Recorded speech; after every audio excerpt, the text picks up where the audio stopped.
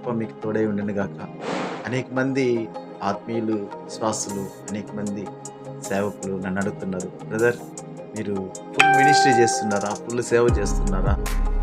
మీరేం చేస్తున్నారని అడుగుతున్నారు.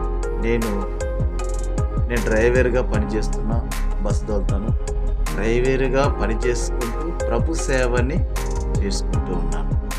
ప్రభు సేవలో ప్రభు పని ప్రభు నడిపిస్తున్నాను.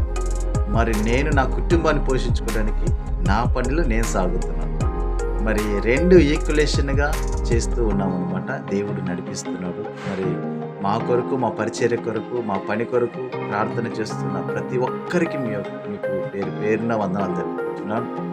ఎందుకంటే అందరూ అడుగుతున్నారు, అందుకే నేను విషయం చెప్తున్నాను. నేను పని చేసుకుంటూ ప్రభు సేవ చేస్తున్నాను.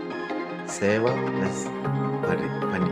ఎందుకంటే కుటుంబాన్ని పోషించగలడు, సంఘాన్ని ఎలా పోషించగలడని వాక్యం సెలవిస్తుంది. అందుకనే నా కుటుంబము సేవ మీద ఆధారపడుతున్న నా కుటుంబాన్ని పోషించుకుంటూ ప్రభు తన పని ఆయన జరిపించుకుంటూ ఉన్నాడు. మరి ప్రభు సేవలో ఆయన పాత్రగా నన్ను వాడుకుంటున్నాడు. ప్రభుకే మహిమ కలుగునుగా.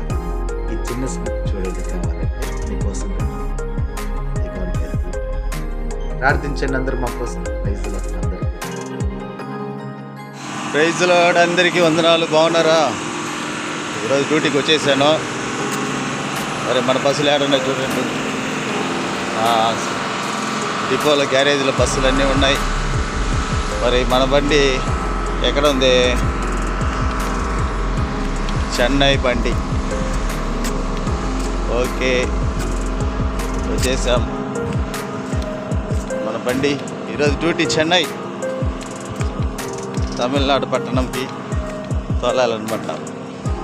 కాబట్టి పని చేసుకుంటూ సేవ చేస్తూ సేవలో దేవుడు నడిపిస్తూ ఉన్నాడు.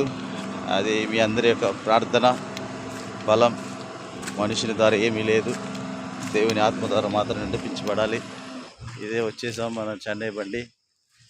ఓకే, ప్రైజ్ లార్డ్ అందరికీ వందనాలు.